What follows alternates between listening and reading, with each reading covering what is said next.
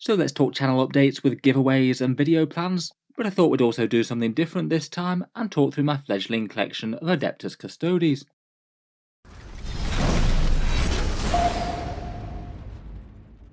Hello and welcome back to Auspex Tactics, where today we're just doing a short channel update video, a bit of a chat about what's been going on with the channel recently, and a few announcements including a huge giveaway that may well feature Vashtor. Before that though, I thought I'd just share my process in getting an army together. I've been rather enjoying painting a few Custodes up lately, and trying out an army with a bit of a different idea to some of the ones I've collected before.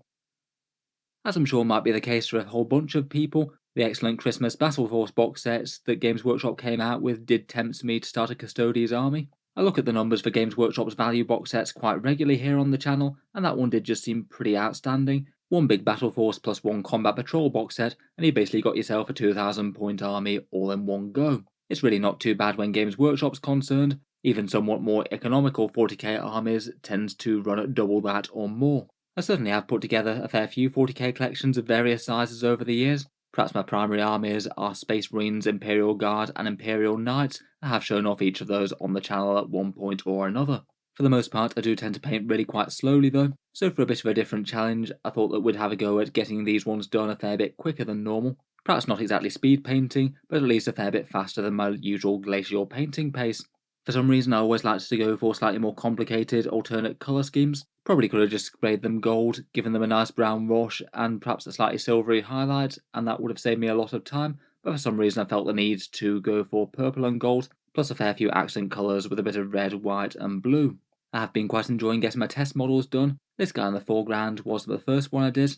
The rough recipe for him is a lead belcher coat of paint over a black undercoat, slightly zenithal highlight, and a slightly shinier silver dry brushed over the more prominent bits of the model. Then go for Games Workshop Luxion purple contrast for a bit of a metallic effect purple, and then a coat of gloss varnish over the purple and the gold bits. They are a little bit more shiny than they look in these pictures. The gold's just dry brushed, and I feel like perhaps I should do a little bit more work with putting a brown wash a bit more carefully over it. I feel like some of it's maybe come out a little bit flat from these first test models. And for the base, for a different sort of style to my usual basic sandy ones, I've used a bit of Vallejo earth texture for that one, with a little bit of sand sprinkled in, plus some tufts of fake grass.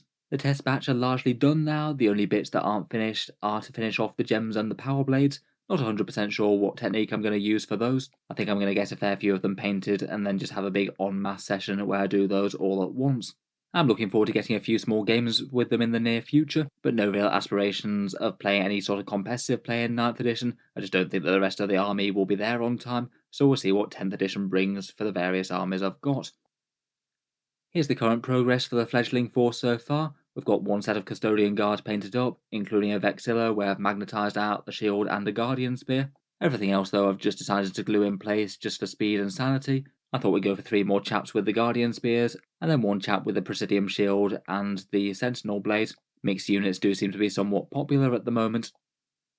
So far my initial plan is just to get the contents of the Battle Force and the Combat Patrol box set up and on the board, then might think about adding some Dreadnoughts and things. Next up will be these Aquilon Terminators. The test model is the one in the centre of these, and the other two are works in progress at the moment.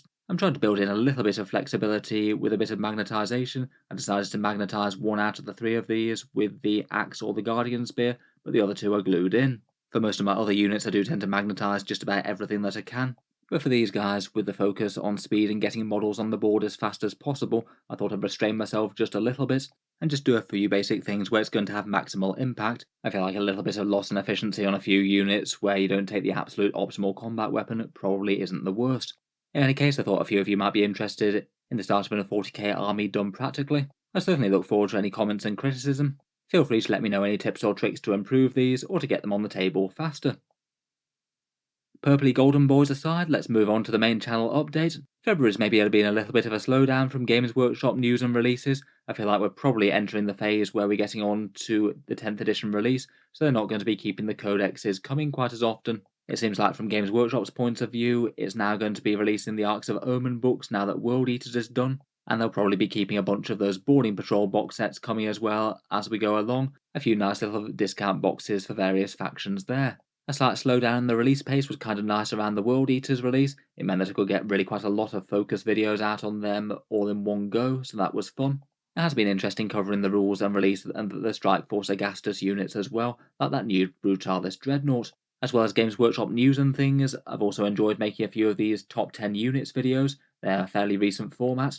Basically do a bit of a data-driven approach and look at some of the strongest units in a bunch of different factions. I think that using the metric of how many top-performing army lists take a given unit is quite a helpful one for zeroing in on what people really consider to be the best unit in an army, at least at present. I made a few of those so far for armies that I was interested in seeing what was doing well, Admech, Custodes and Necrons. I'll hopefully aim to make a few more of those in the near future. Otherwise, for slightly bigger and more interesting projects, it was fun to revisit some of the top 10 strongest armies in 40k, and the Angron vs Everyone video that I did earlier in the month. That's always quite good fun to see what the latest big bad can do against the various heavy hitters of 40k.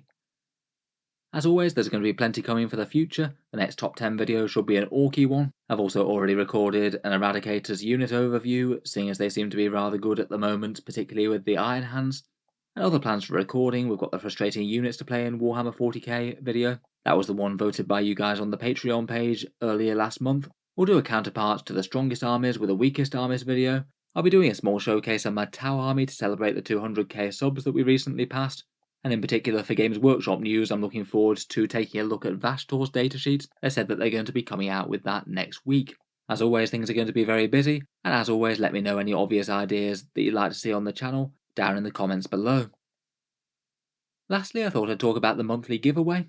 Each month on the channel we give away some big model kits, and last time it was for 5 copies of the brand new shiny Angron model. It's not too often that you get a Primarch returning to Warhammer 40k, though it sounds like we're odds on to get another one before too very long. In any case, the winners for the Angron giveaway are Henry Thomas Martin, Wayne Clark, AK, Chase Alamir, and Chance Worm. I've sent each of you a message. If you could get back to me with a delivery address, then that would be excellent. Currently I'm still waiting for the shipment of Very Angry Boys to arrive. Apparently in the UK there's been some sort of chaos with Games Workshop changing warehouses, and there's been a bit of disruption to meeting some orders. Hopefully they'll be sorted out fast, but whenever they arrive with me, I'll be sending those along.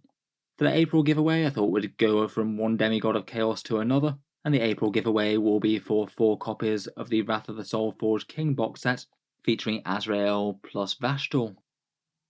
I feel like the box set should be quite a popular one, so I thought it would be a good one to do a giveaway for. Lots of people are looking forward to getting their hands on Vashtor, though it is kind of annoying that Games Workshop have plonked him in a box alongside a whole bunch of other stuff, rather than just having the individual release. In any case, the box set has Vashtor, some Obliterators, a Venom Crawler and some Cultists, new Azrael, 10 Intercessors, and a Deathwing Terminator squad. There'll be 4 copies up for grabs, each one going to an individual person. And as with every one of these Auspex Tactics prize giveaways, there's 2 different equal ways to enter, both of them linked down in the video description. Either you can support the channel Patreon page for any amount each month, that's automatic entry to each one of these each time we have one. It is also what supports the channel and keeps these videos coming quite so regularly. The other option for entry is completely free. Support the channel on social media by these 3 actions: subscribe to the YouTube channel, like the Facebook page, and then actually enter the draw on the 1st of April. A post appears on the channel's Facebook page, and to enter you reply to that post. Reply to the post with a picture of a 40k miniature with your name and the day's date handwritten on something within the picture. The last bit is just to deter Facebook bots and spammers and make sure the prize goes to a real hobbyist. Then when all the entries are in, I do the draw with a random number generator. The Facebook and the Patreon entries are all entered equally, and I'll announce it on the equivalent of this video next month. It usually appears around about the 4th. There'll be further giveaways like this one for big box sets every single month, so feel free to check out the channel's Patreon page or the Facebook page. They're both links down in the video description if you'd like to enter for them. So anyway, I think that just about wraps it up for this month's channel update. As always, an enormous thank you to you guys for watching, liking and subscribing and things. You're all absolutely awesome. I'll be looking forward to getting back to more 40k things tomorrow with yet more videos. Plenty more to be done, and I'm sure there's lots more 40k tactics to talk in Arcs of Omen. As always, an absolutely enormous thank you for listening, and I'll hope to see you guys next time.